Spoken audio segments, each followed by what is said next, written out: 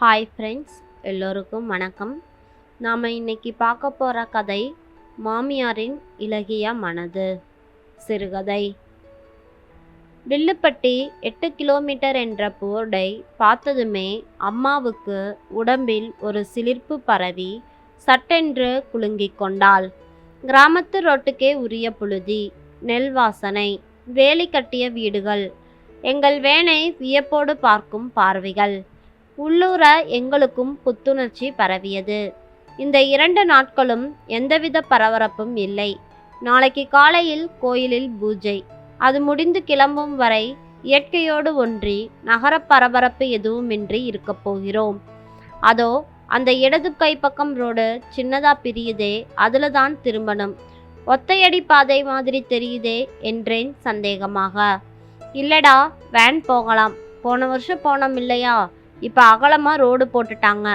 பல வருஷங்களுக்கு முன்னாடி அம்மா பிறந்து வளர்ந்த ஊர், தாத்தா பாட்டி குடும்பம் நடத்திய இடம்.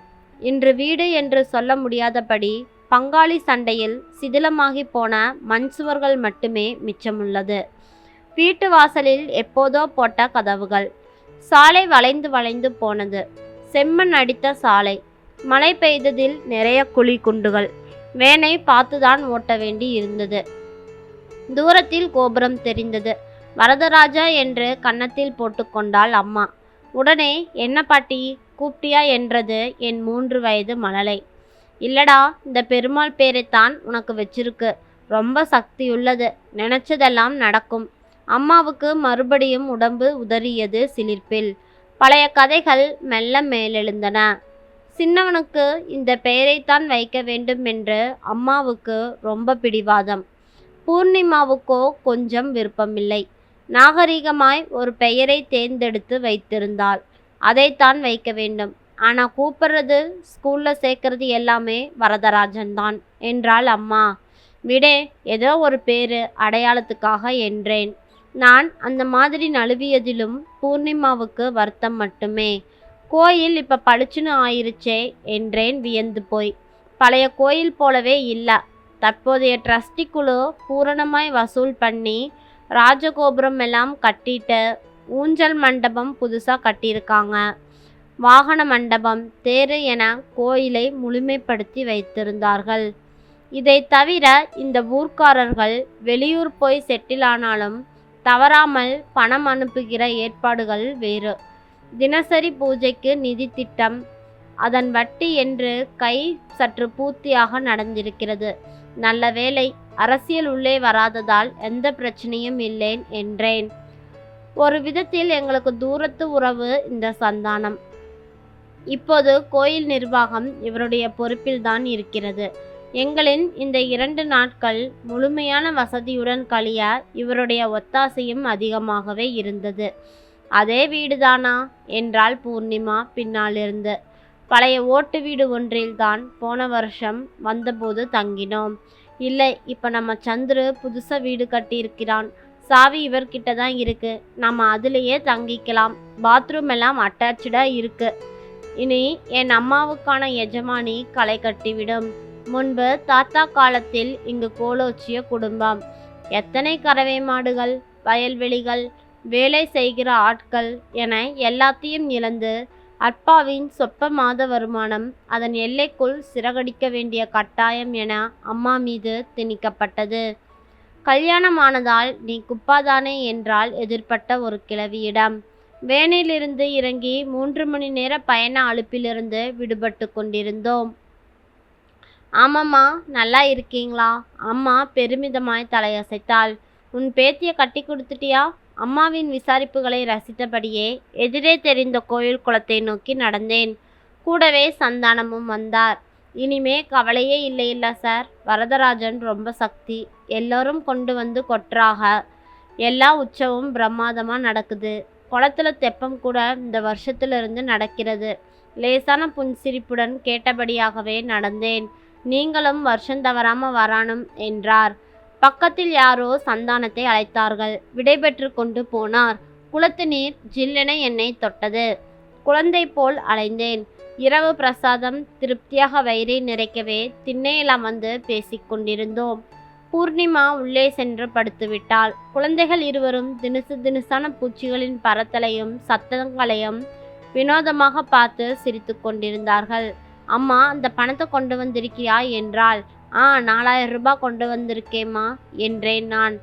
என்னமோ அஞ்ஞானம், நம்ம எவ்வளவு செஞ்சாலும் போதாது, ஏதோ நம்மனால முடிஞ்சது என்றாள். மாதம் என் வியாபாரத்தில் வரும் லாபத்தில் வரதராஜன் ஒரு பங்கு. அது அம்மாவின் கட்டளை. ஒதுக்கியதை வருட இறுதியில் இந்த மாதிரி வரும்பொழுது சமர்ப்பிப்பேன். இதுவே 3 வருடமாக நடந்து கொண்டிருக்கிறது. என்னை கரிசனமாக பார்த்தாள். படுத்துக்கோ, உனக்கு சிரமமா இருக்கும், நீ ஒருத்தனே வேனை ஓட்டி கொண்டு வந்திருக்கிறியே என்றாள். படுத்துக்கொண்டு விட்டேன். அம்மா அருகில் யார் வீட்டுக்கோ பேச போனாள். மறுநாள் காலையில் எங்களுக்கான விசேஷ அபிஷேகம் பூஜையெல்லாம் முடிந்து விட்டதாகிவிட்டது.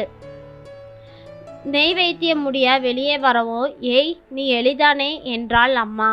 எதிரே கரையில் என்று ஒருத்தன். மனசில் வெண்மை பழிச்சிடா அம்மாவையே பார்த்து வெக்கமாய் சிரித்தான். நம்ம மருதுவோட புள்ளதானே? ஆமாம்மா, ஏனோ உன் பேரே எனக்கு ஞாபகம் இல்லைடா, தப்பா நினச்சிக்காதே என்றாள். என் பக்கம் திரும்பினாள். சின்ன வயசுல துருதுருன்னு ஓடுவான், தாத்தா எலின்னு கூப்பிடுவா செல்லம்மா. அதுவே பின்னாடி பழகி போச்சு. என்னடா பண்றேன் என்றேன். இருக்கேம்மா. என்ன பண்ற? உன் தங்கை என்னானா? கட்டி கொடுத்துட்டியா? சட்டென எலியின் முகம் இருண்டு கொண்டது. இல்லம்மா, ஐயாவுக்கு பின்னால அப்புறம் எதுவுமே சரியா அமையல. வேலையும் கிடைக்கல, ஏதோ கிடைக்கிறது எல்லாம் செஞ்சேன். இப்போ ஊர்லயும் யாரும் இல்லை, முன்னாதிரி மாதிரி பிழைப்பும் நடக்கல. அம்மாவுக்கு வருத்தம் அப்பிக்கொண்டது. கேட்கவே கஷ்டமாக இருக்குடா. அதை விடுங்க, நீங்க நல்லா இருக்கீங்களா? போன வருஷம் வந்தப்போ குழந்தையா இருந்ததே, அதுதானே என்றான் வரதராஜனை பார்த்து. ஆமா, உனக்கு வேலை இல்லையா என்றாள் மறுபடியும். ஏதோ ஓடுதுமா. அப்பெல்லாம் எவ்வளோ சோறு தருவீங்க, அதெல்லாம் ஒரு காலம். அம்மாவுக்கு மனதுக்குள் என்னவோ நிகழ்ந்திருக்க வேண்டும். அதற்குள் எங்களை தரிசனத்திற்காக கூப்பிட்டு விட்டார்கள். உள்ளே சென்றோம். தீபாராதனை முடிந்து வரும் பொழுது பைக்குள் கையை விட்டேன். அம்மா என்னை இழுத்து, வேணா இருடா என்றாள். என்னம்மா சொல்ற? அப்புறமா சொல்றேன் என்றாள் கிசு கிசுப்பாக. சாமியெல்லாம் கும்பிட்டு கொண்டு வெளியே வந்தோம். யோசிச்சு பார்த்தேன், பெருமாளுக்கு நாம எவ்வளவு வேணா செய்யலாம், அதுக்கு நிறைவே வராது.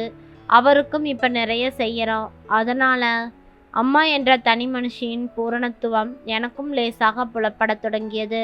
சொல்லுமா என்றேன். எலிக்கு கொடுக்கலாமா?